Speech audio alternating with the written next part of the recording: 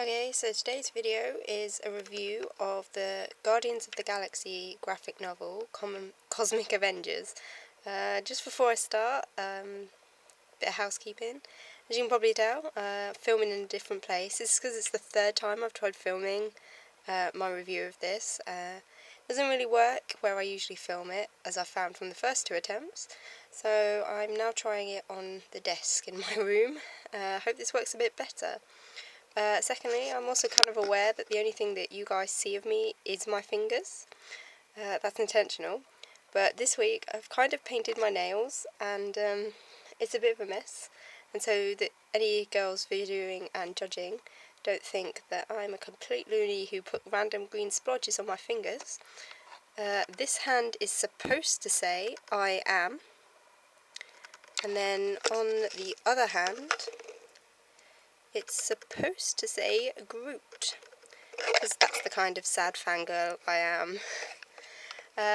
So now, back to the review.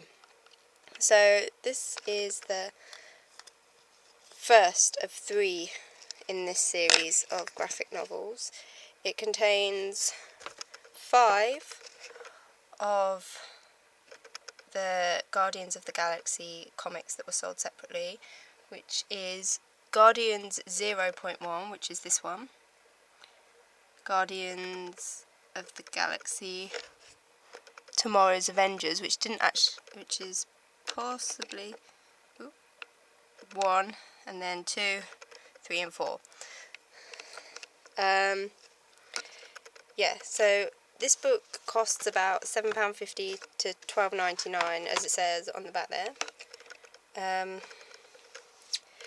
If you're buying the comics individually, they're probably about £3-4, so it works out really cheap to buy it this way, which is a great bonus. And also it's a really nice thing to have as a book.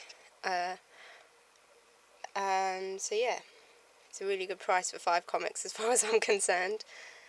In terms of the actual comic, it follows the Guardians explaining where the Guardians came from, and then going on their first adventure. As you can see on the front, just there, Iron Man is in the comics. He joins the Guardians as part of a sabbatical kind of thing from the Avengers, and I think he works really well. That's one thing that's different to the film. Yeah, he's in this, he's not in the film. If you're one of the people who are joining from the film universe to the Guardians, like I did, it's a bit different. For starters, the backstory that they give you to, especially Star-Lord, is very different. I won't give too much away, but his mum definitely doesn't die of cancer or whatever. Yeah, so there's different backstories, and of course Tony Stark is in the... He works really well with Rocket. They kind of get on with each other. I just realised there's proper glare on poor Groot. If I move it a little bit, I might be able to... Nope, it's decided it doesn't like Groot at all. Okay, the humour in this book is also really good. There's lots of jokes, which is something that perhaps appealed to a lot of people for the Guardians from the films. Onto the artwork. Let's jump cut. So this is one of my favourite pages in the comic. As you can see, the artwork is really good and it's really realistic. Like the facial expressions and stuff, if I just zoom in on these guys, that's Star-Lord's father, Star-Lord, and also Gamora. They're really realistic. This isn't true of all the comics within this book. I'll show you in a minute the comic which Drax's story is explained in. But for the majority of the Guardians comics, this is the art style used. I really like it. I think it's really realistic, and it's actually quite amazing how like the facial expressions are, how alike they are to real humans. Yeah, show you Drax's comic now. So this is Drax's pages within the book from Tomorrow's Avengers, which tells you his backstory. The pictures for me are really primitive. I guess that kind of reflects his reflects Drax, like in his mind, thinking, and his strength kind of thing. But yeah, there. If you just find a picture of Drax there, it's just very simplistic compared to the rest of the comic, especially like that one. Yeah, it's not my kind of thing. I know that I lent this to a friend and they read it. Well, they tried to read it and they kind of lost interest at Drax's part, which is a real shame, because the rest of the comic is amazing. But yeah, the art style of this one really doesn't do much favours. The art style of this is the art style of Gamora's backstory.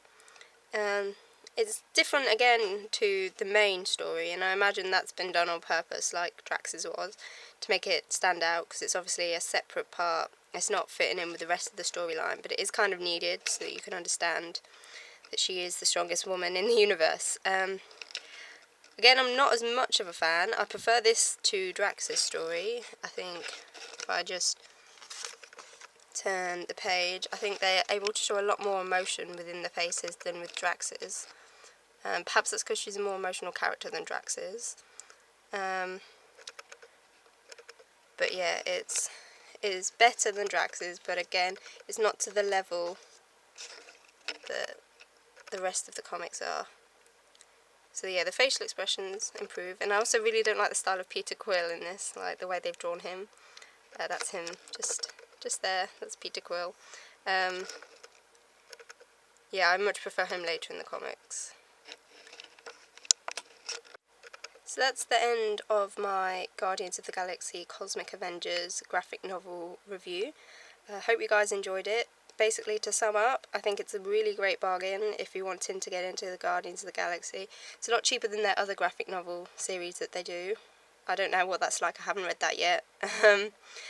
And I think the artwork, for the most part, is really appeasing. I don't think it's anything really offensive kind of thing, awful. And I think most Guardians film fans will really enjoy it. So yeah, hope you enjoyed it, and leave your comments below.